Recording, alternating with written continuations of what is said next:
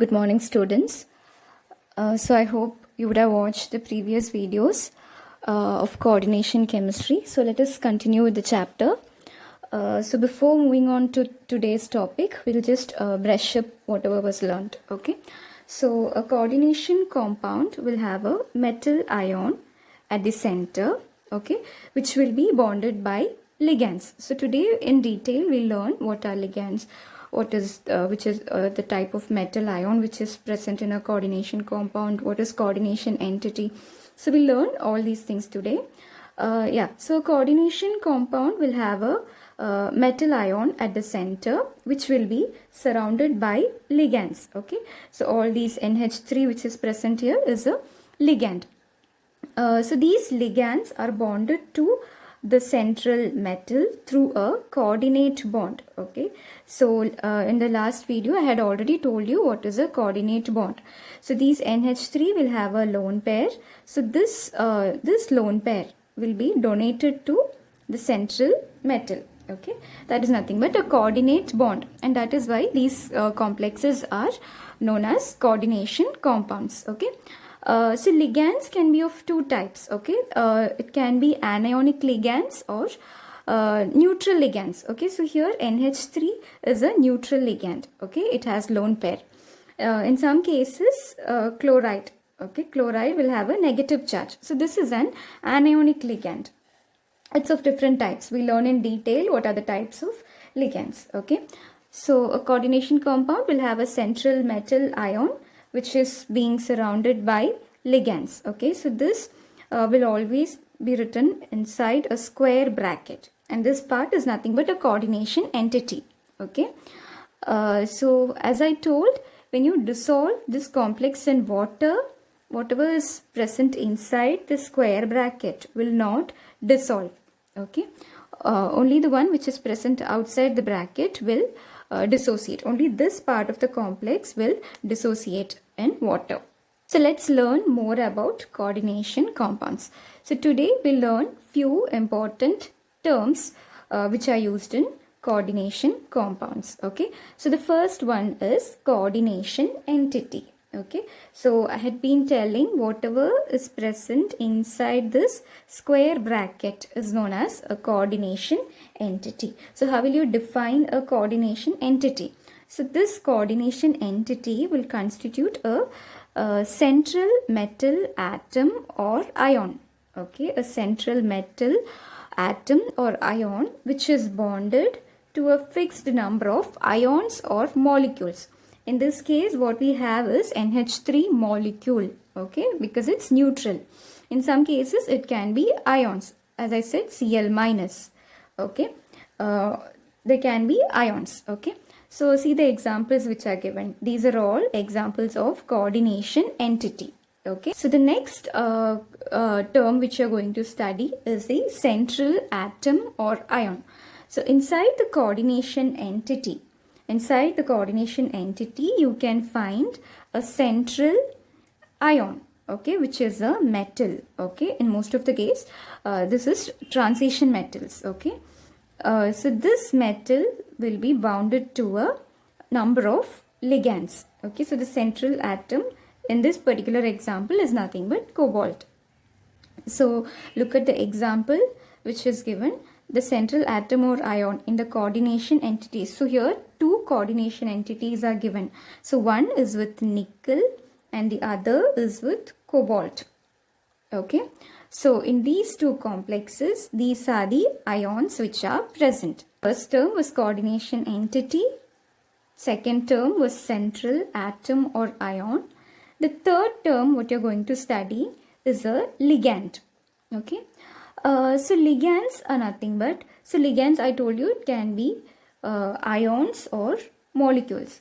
Ligands can be ions or molecules which is bound to the central atom in a coordination entity. Okay, ligands can be classified into monodentate, bidentate and polydentate. So before that, ligands can be smaller ions. In some cases, ligands can be of smaller ions like Cl minus, okay, or it can be molecules. In some cases, ligands can be molecules, or in some cases, ligands can be large molecules. Okay, so according to the number of donor atoms, so these in this ligand you will have a donor atom, right? Suppose NH3 is a ligand. Okay, in this NH3, which is a donor atom, here nitrogen is a donor atom because nitrogen has lone pairs, and this lone pair will be donated to the metal. Okay, so this type of ligand is a monodentate ligand. Okay, because here there is only one atom which can donate a pair of electrons to the central metal.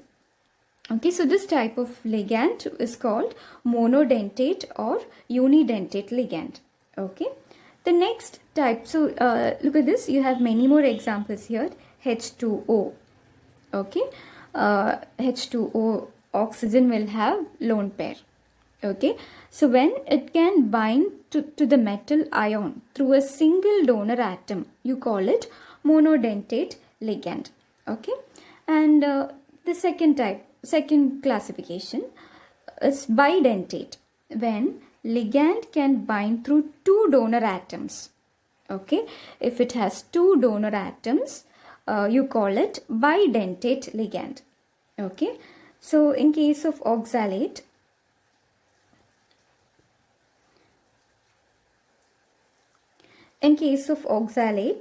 you will have two oxygens which can donate pair of electrons. That is why you call it bidentate. Okay. See the second example, ethylene diamine. Okay. In this particular example, you have two nitrogens. Okay. Both these nitrogens will have lone pairs. Okay. So these two nitrogens can donate and it can get bonded to the metal. Okay, so that is why this is a bidentate ligand. When ligand can bind through two donor atoms, you call it a bidentate ligand. Okay, so the next type is polydentate. Yeah, so it's polydentate. When you have more than two donor atoms, you call it a polydentate ligand.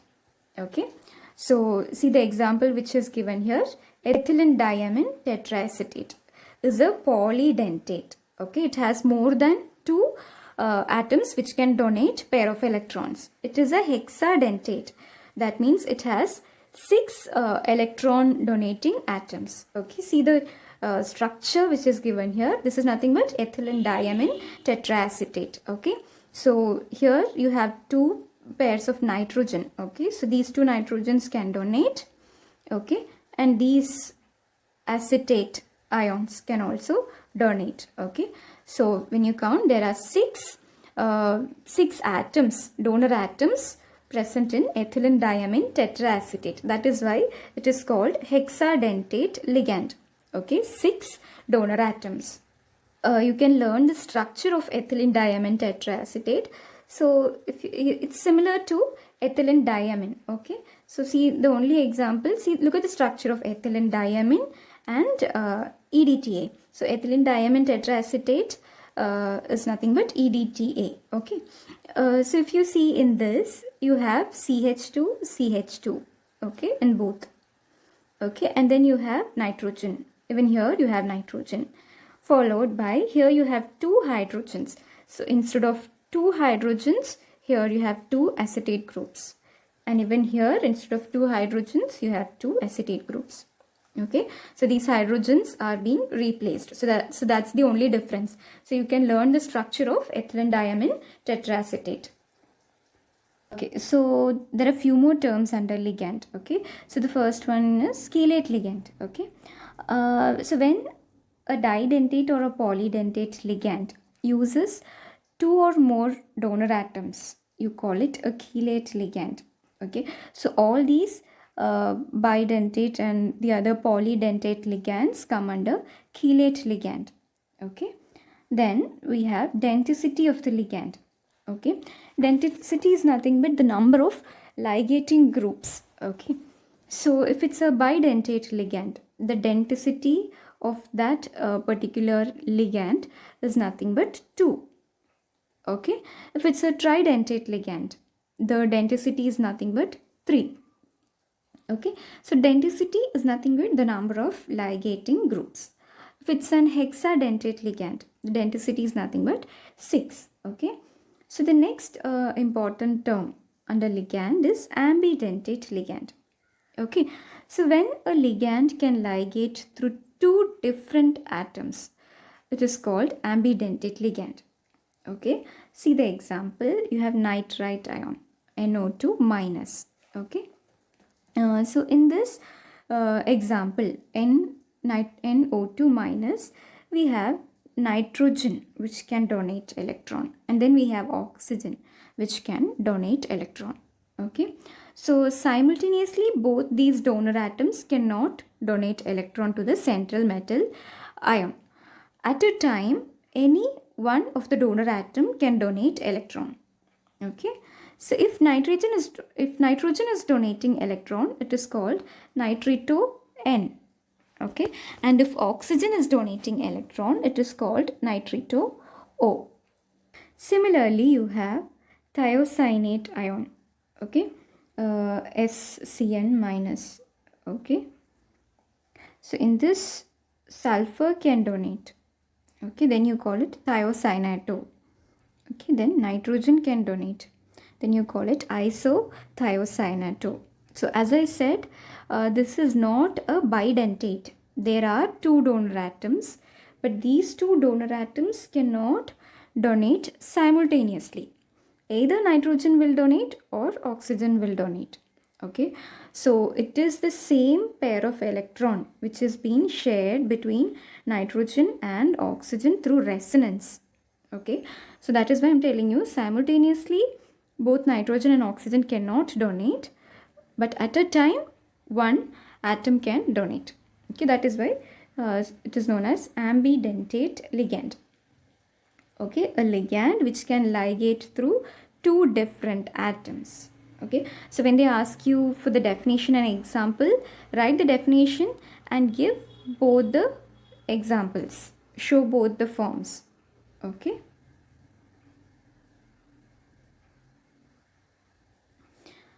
so the next term under coordination complexes is coordination numbers.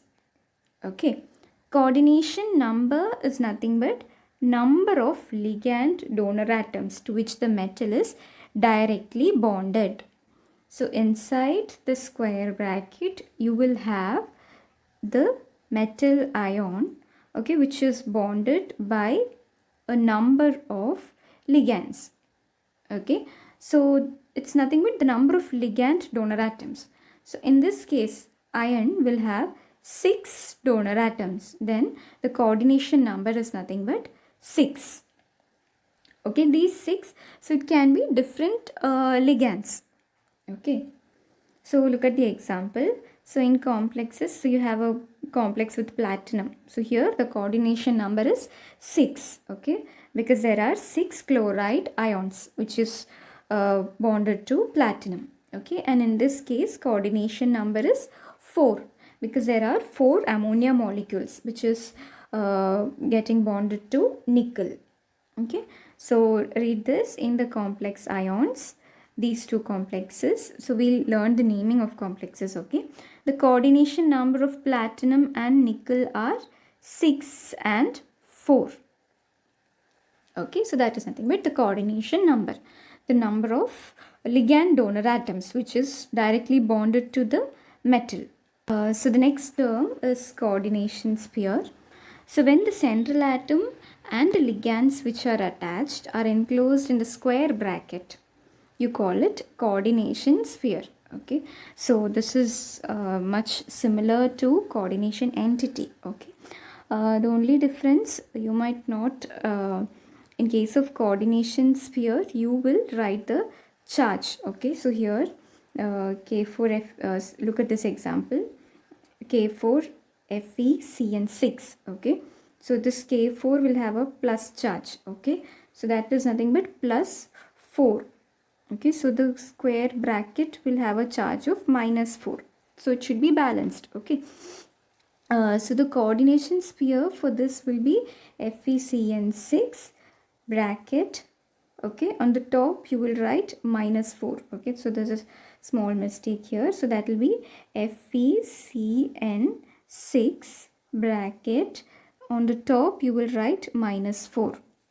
Okay, so this is how you write. Okay, and the one which is outside the bracket is known as counter ion. Okay, in this case K4 is the counter ion. Okay, next term is coordination polyhedron. Okay, so we know that there's a metal which is being surrounded by ligands, right? So there is a particular way in which these ligands are attached to the metal. Okay, there's a particular geometry. Okay, that is nothing but coordination polyhedron. Okay, so these three which are shown here are the most common types. Okay, so if the coordination number is 4, okay, if there are 4 ligands, it can be tetrahedral or square planar. Okay, if it's 6, it can be octahedral. Okay, if it's 5, it can be square pyramidal or trigonal bipyramidal. Okay, there are many coordination polyhedra. Okay, depending on the coordination number. Next term is the oxidation number of central atom. So this is the charge that the metal will carry. Okay, there's a central atom, right? So the charge which the central atom carries is the oxidation number. So if we have 6 ligands, okay, if we have 6 ligands for a particular metal, and if you remove all these 6 ligands, if you are removing everything, okay, whatever the charge left on the central metal will be the oxidation number. Okay, I'll teach you how to calculate the oxidation number.